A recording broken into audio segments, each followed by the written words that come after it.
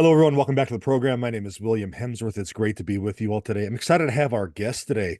Our guest today is Pat Flynn. He's a writer, philosopher, podcaster, and speaker who lives in Wisconsin with his wife, five children, and St. Bernard. He hosts Philosophy for the People and the Pat Flynn Show, and his website is chroniclesofstrength.com. Pat, how are you doing today? Good. I'm doing real good today. William, how are you? Hey, I'm doing well. It's a great day here in Tucson. It's all good. Good Saturday. I enjoy my Saturdays because I get to talk to great people like you and just learn more about different things. So that's fun for me. So I love it. Yeah, well, that's very kind. It's a pleasure to be here. All right. So you recently released a book called The Best Argument for God through Sophia Press. And I got this book in the mail and I was pretty excited to go through it. What inspired you to write this book? Yeah, good question, an important question. So, for many years, I would have considered myself a philosophical naturalist, and naturalism is really just a philosophically developed form of atheism. And I was fairly convinced of that position, but I was also considerably ignorant of the alternative or the alternatives, if you will, right? So I was, for just quick background, I was Sure. baptized Catholic, but I had no real religious formation or upbringing. My upbringing was about as secular as it gets. So when I was fairly young, in fact, I remember exactly when it was around the sixth grade, I was sort of hit simultaneously with the two most, I think, relevant objections to the existence of God. Now, in the sixth grade, this will date me a little bit. For me, that was when 9/11 happened, and we watched it. Okay. We watched it happen on the little news station that we had in the classroom at the time. So pretty crazy, terrifying stuff. But hello, problem of evil, right? Like sort of right in your face Yeah. with that. Around that time in the sixth grade, got the sort of basic middle school explanation of the origins of the universe and Big Bang cosmology and stuff like that. So again, even though I had no deep, catechesis or religious formation, I was sort of faced with those two perennial, I think they are perennial objections to belief in God or religious faith. One being the objection that, hey, we can science has got this, right? We don't need God to explain anything, right? We can just appeal to the principles of nature. The principles of nature are enough. And in fact, that's one of the objections that Aquinas himself considers against the existence of God. And the other one, of course, probably more familiar to people is, hey, if God exists and God is perfect, we have this perfect foundation to the world, then why is there so many negative states of affairs, so many awful things that happen in this world, the problem of evil, right? So at the time, it's not like I threw my hands up and was like, oh, that's it, I'm an atheist. I really wasn't thinking about it and from that perspective. But those planted significant seeds of doubts concerning whatever slim faith I had or orientation, religious orientation I had at the time, that would develop over time. That once I became much more interested in philosophy as a serious thing, as a serious discipline by late high school and then certainly by college, I was really sort of already veering in that naturalistic or atheistic direction. And I spent a lot of time there. But as it happens, William, I'm sort of your, I don't know, cliche story that, is a little bit of philosophy will bring you away from God. And if you keep going, more philosophy will eventually bring you back to him. And that was the case for me, right? So it wasn't like I encountered any like amazing arguments for God or anything right away. Really, it was a series of problems that I encountered through my own just investigations and explorations of naturalism, problems concerning explanatory power or comprehensiveness. I just gradually came to see that the promises of naturalism were pretty much all false, right? Like you really can't explain everything that needs to be explained from a sort of reductive, materialistic, atheistic worldview. Things like, well, why does anything exist at all? Or why does anything contingent Mhm. exist at all instead of nothing? Or how do we make sense of human consciousness, or not just consciousness, but human rationality? How do we make sense of the moral landscape, the objective moral landscape, which certainly seems to be a real dimension of reality? How do we make sense of order, stability, fine tuning, and indeed suffering and evil? Like, is it more expected? Is it better anticipated by the naturalistic worldview that we would actually have these types of evils or this distribution of suffering? If we're starting from a principle of utter indifference versus a principle of pure perfection, which theists hold. And I think upon deep reflection, the answer to that is actually no, as I argue in my book. So to condense the story a little bit, there was just a point where I just sort of threw my hands up and said, I don't know what's true, but I don't think this naturalism system is it, right? And at that point, I began to just try to look at alternatives. I went back to some of the great pagan philosophers, eventually stumbled upon the thought of St. Thomas Aquinas, and really started to find arguments for the existence of God that I thought were minimally interesting, and some of them quite convincing, in fact. Made a long study of that. Eventually found myself calling myself a theist, a philosophical theist, very inclined towards classical theism. And you hang around Thomas for a while, and people who follow the footsteps of St. Thomas Aquinas, you get enough theology that you begin to wonder, whether that stuff might be true as well, and start to Right. investigate the claims of Christianity and Catholicism. And well, people can connect the dots from there. So here I am on your podcast, right? Yeah. All right. Great. Now, talking about naturalism, in your book, you discuss the conspiracy of naturalism, but within that chapter, you have some confirmatory evidences for God. Can you explain some of those for us? Yeah. So the primary thrust of my book, because it's called The Best Argument for God. Yeah. I'll back up a little bit. People sometimes think, well, what is that? Sure. Is that like Aquinas's first way or something? And no, that's not really what I'm up to. What I'm up to in this book is first considering what I think is an interesting and somewhat serious argument for naturalism. And that is, if two theories explain just as much, believe the simpler theory. But naturalism and theism explain just as much, or so somebody might claim. However, naturalism is simpler, so believe naturalism. And in fact, this is kind of the objection that Aquinas considers when he's talking about how we could just appeal to the principles of nature. We don't need God to explain anything. So it's an objection with ancient roots, but the way I state it is a more contemporary version. And what I'm saying is actually, no, this is totally wrong, right? If two theories explain just as much, believe the simpler. Okay, I don't have a huge problem with that commitment. However, what I really claim, what I argue for throughout the whole book, is that naturalism can only explain some, but not all of what theism can, but only Mhm. when strapped with far greater complexity. So Right. believe theism. And then what that lets me really do, William, is it allows me to make a cumulative case where now I can say, hey, look at all this stuff, these broad features of reality, these large scale features of reality that a philosophical system or a worldview, a sort of big picture of everything, has to explain. Things like, why are there contingent things, things that exist but need not exist? There's nothing about their essence or nature that demands that they exist. Why is there so much order and stability in the world, or fine tuning? Why do we have this experience, this moral experience of moral values and obligations? What's a good story we can tell about that, right?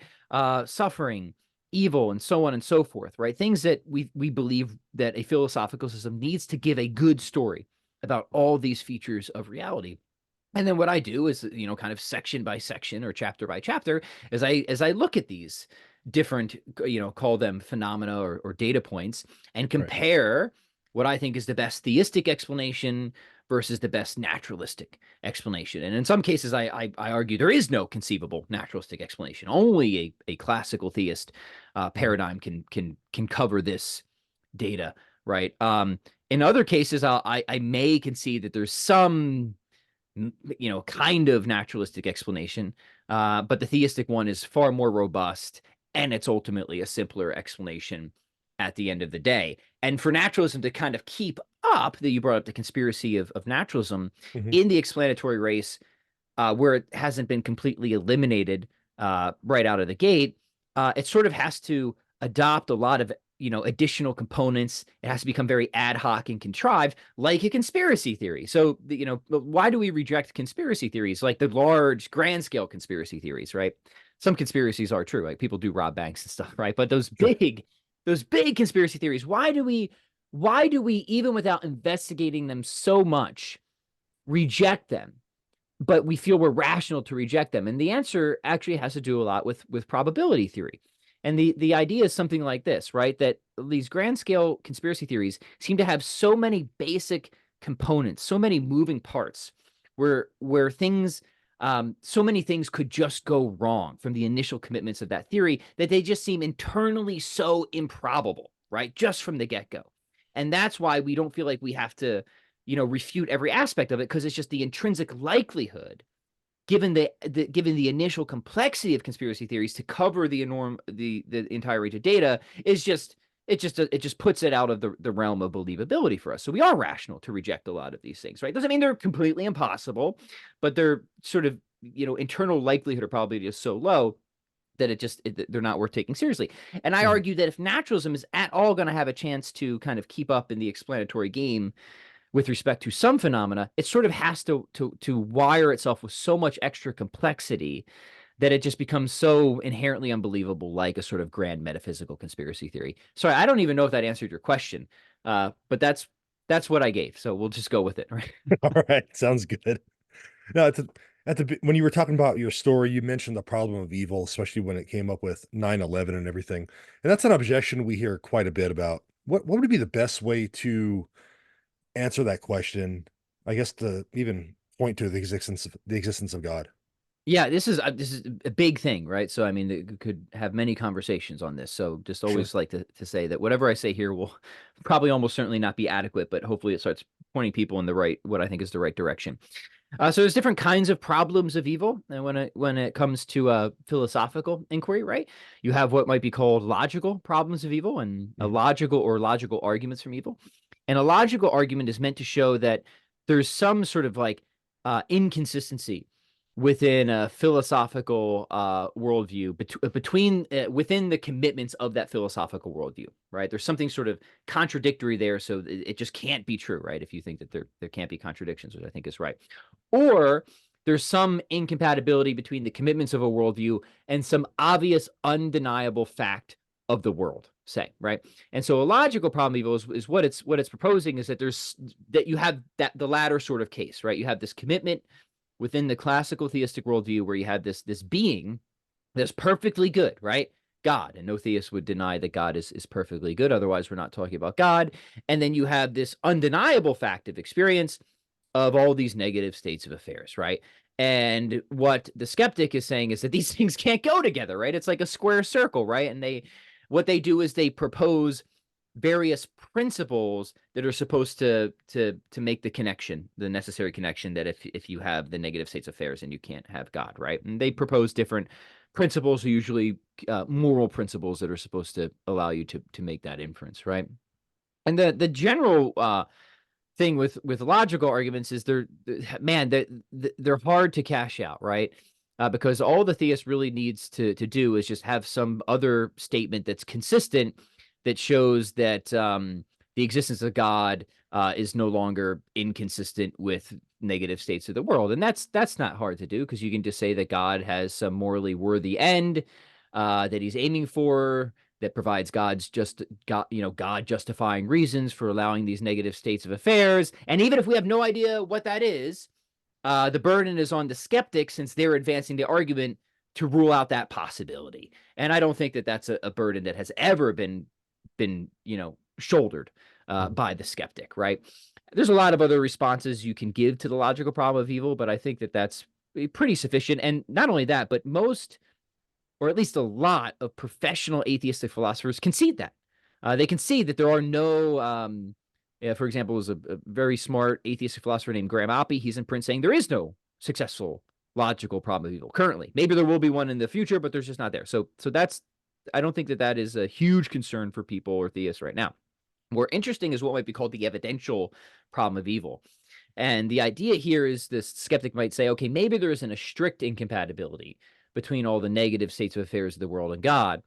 However, it just seems like all the bad stuff in the world just counts as evidence against the existence of God. It makes Mhm. God's existence less likely or very unlikely. Why? Because it's not the sort of world we would expect if God exists, but it does seem to be the sort of world that exists if naturalism is true, right?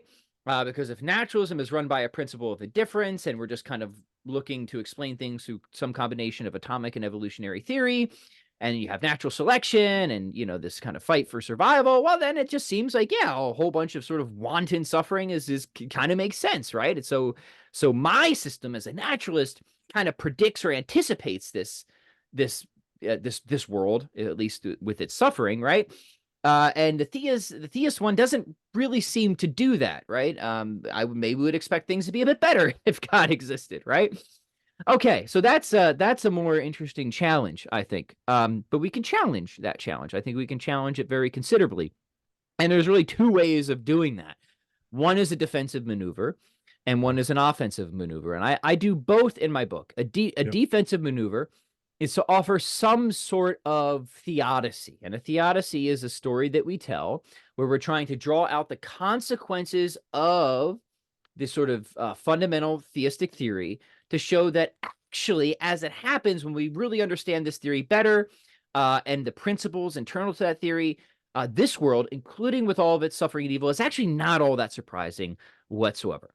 We probably don't have time to go into all of that now, but I use a lot of different principles like the good is self-diffusive, why God would create a Mhm. great hierarchy of beings, a great chain of being, why metaphysically we're beings of a sort of fallible libertarian freedom, principles of God's governance, how he governs things according to their nature. So even if he could miraculously always cause us to choose the right thing, there's principles that align with God's wisdom of why he wouldn't do that, because God works to save natures, not destroy them, right? So he's always guiding us towards our end, which is himself in accord with our nature, which permits moral failure and fallibility, including with the angels and demons, right, which play a role in the unfurling of creation. So there's a lot you can say about them and how they can get their proverbial hands into the mix of things and cause all sorts of trouble.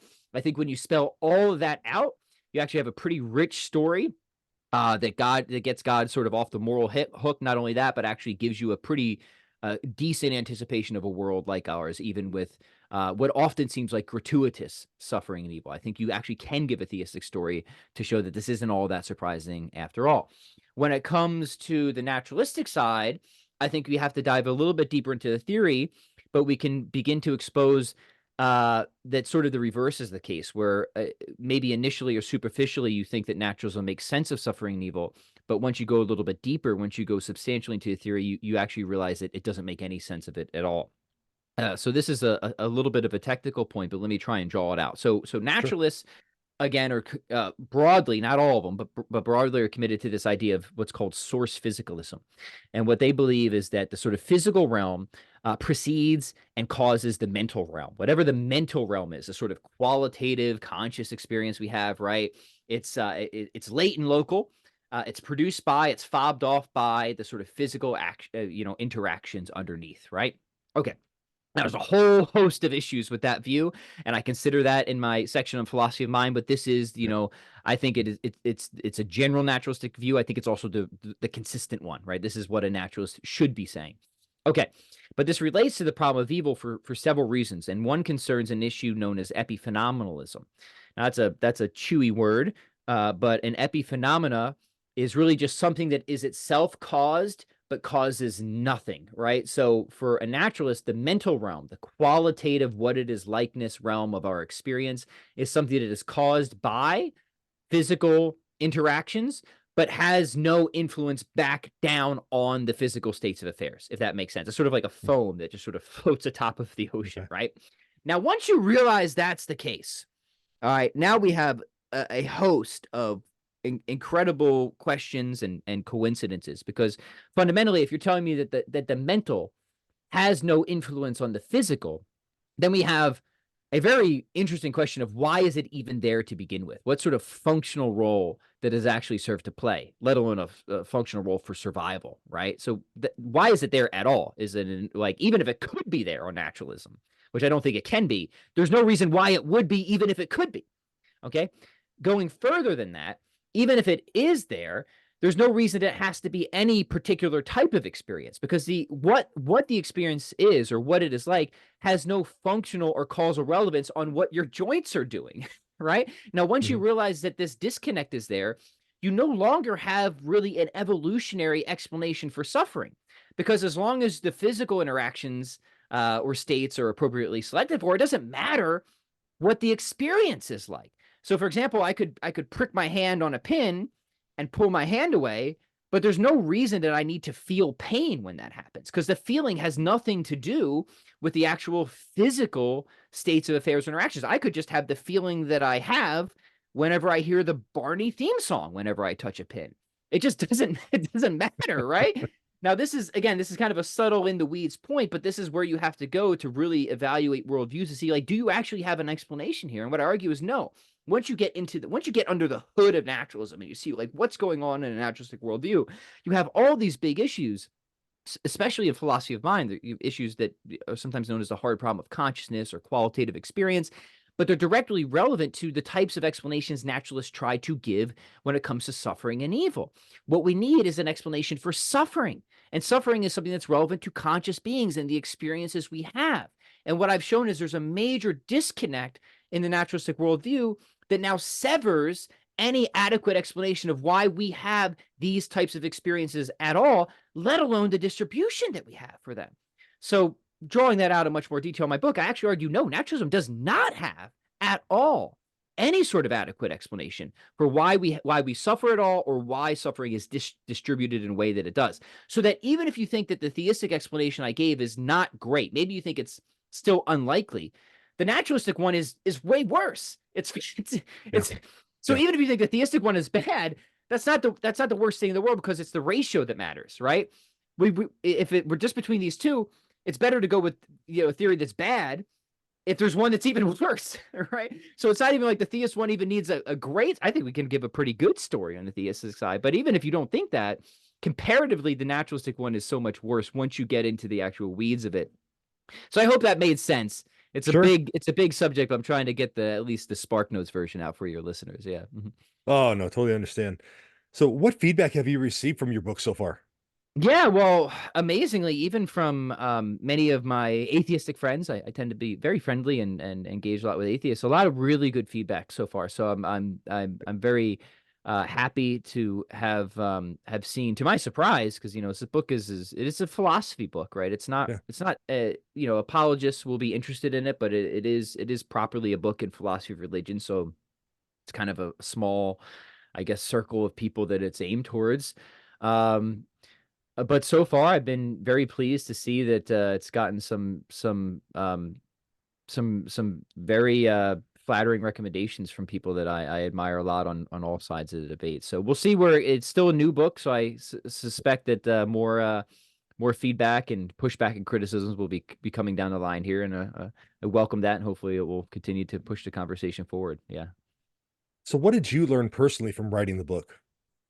Boy, well, that's good, because some aspects of the book, when I went into writing the book, I felt very confident about, because they're kind of areas that I specialized in for a long time, and I Mhm. feel like I had a very solid command of the literature and the issues and stuff like that. For example, cosmological reasoning, arguments for the existence of God from the fact of contingency or metaphysical composition. That's kind of where I've spent a lot of my time.